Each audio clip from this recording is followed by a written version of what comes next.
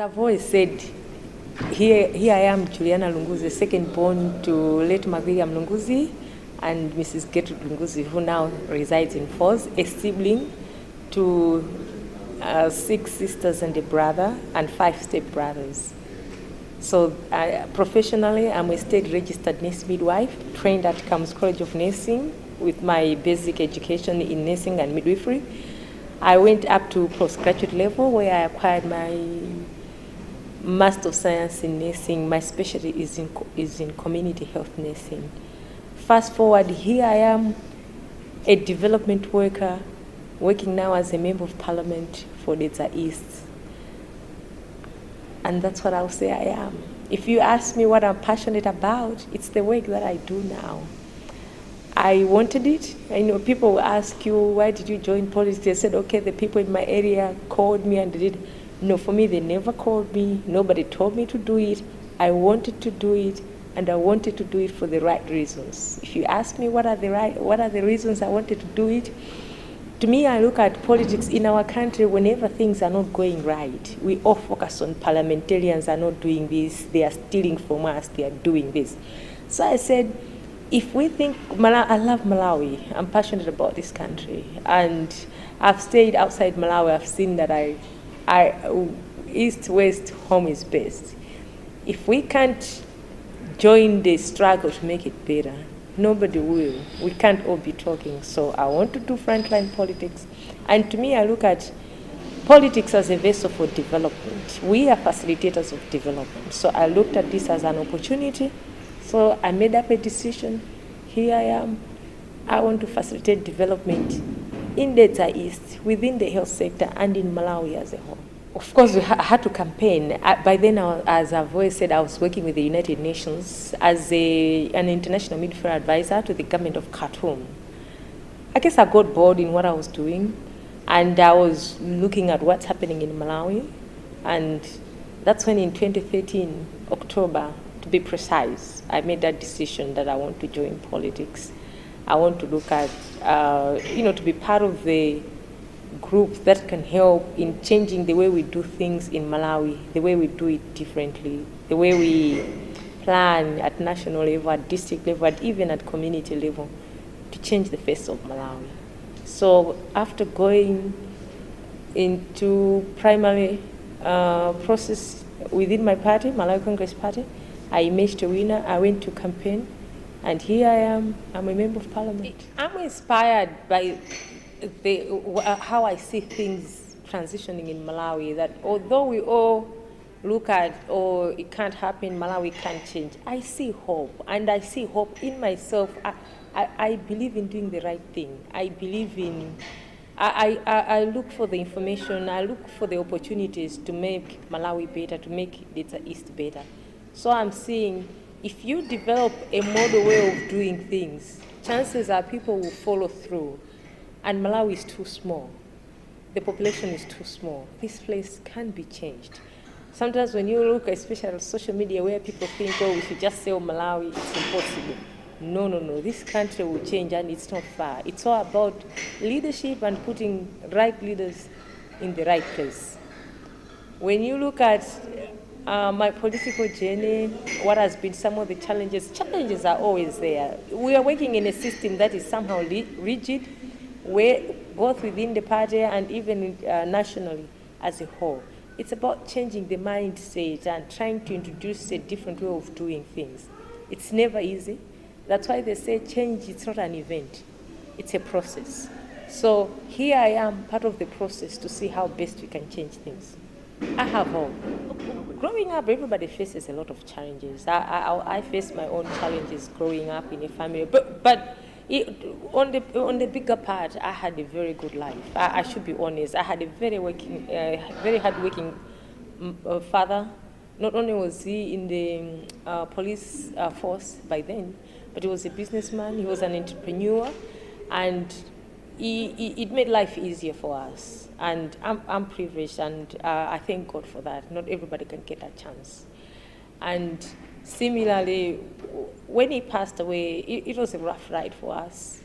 But we have a mother, we have a family, he gave us education. It helps us to forge ahead and go on in life.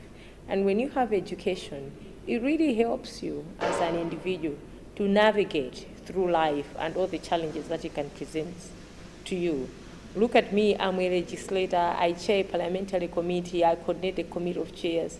It's because of the capacity, and it's all because of the education background that I was privileged to have.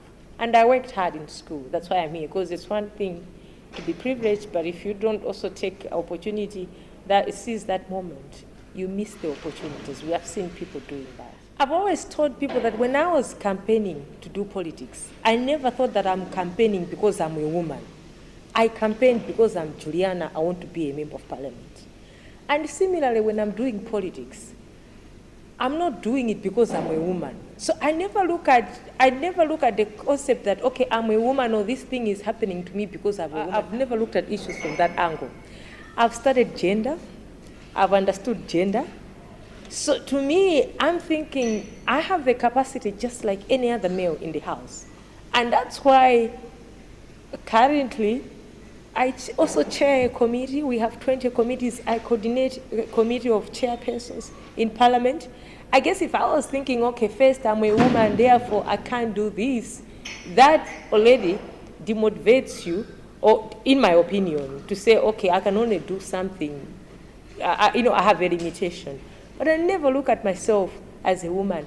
And there's a very good quote that I always quote when people are asking me questions, that J.F. Kennedy said, it's amazing to see people quoting somebody that being a woman. In politics, it's not about a woman or a man. It's about politics. Everybody's doing politics.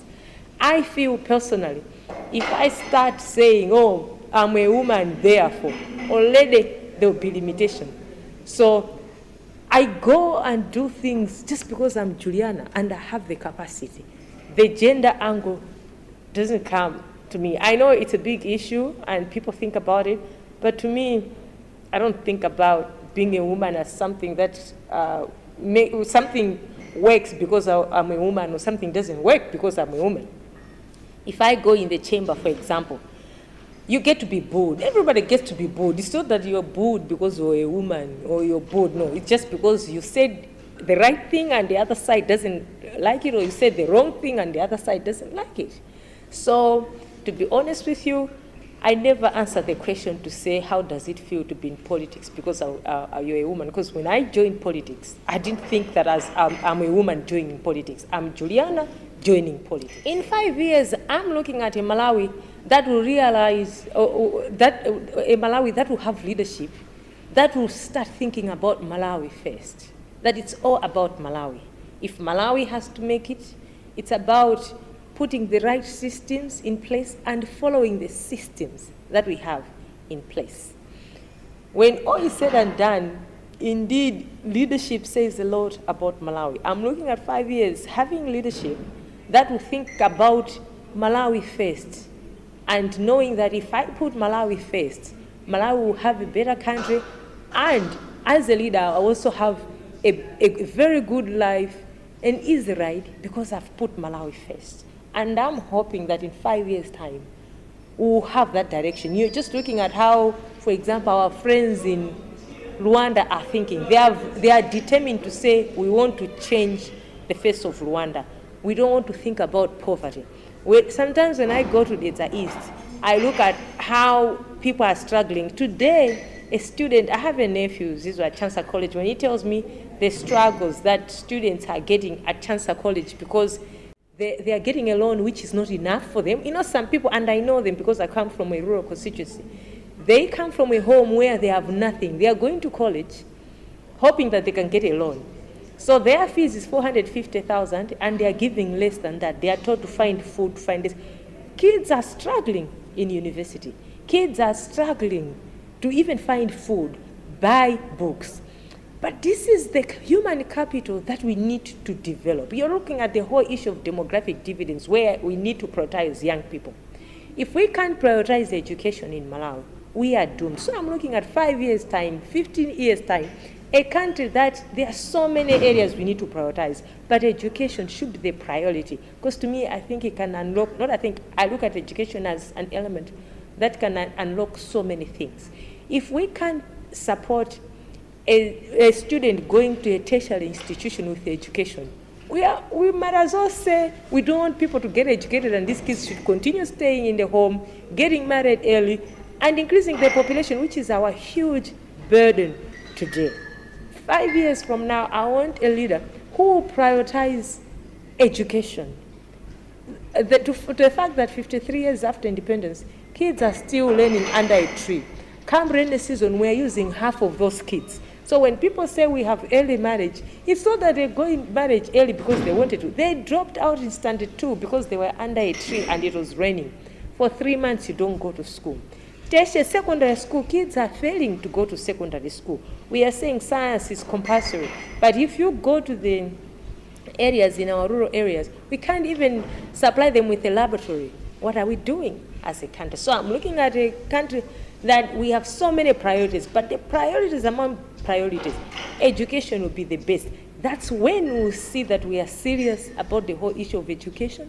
We are serious about the whole issue of prioritizing young people in Malawi, and we are serious that we have a leader who wants to champion youth development in Malawi. If we can't do that, we will be doomed as a country because we can't take care of the population badge. Let's seize the moment, and this is the year of the youth. Let's walk the talk in the investment towards the young people. And that leadership needs to emerge in 2019 when we go to the polls to make sure that young people are at the center of this development.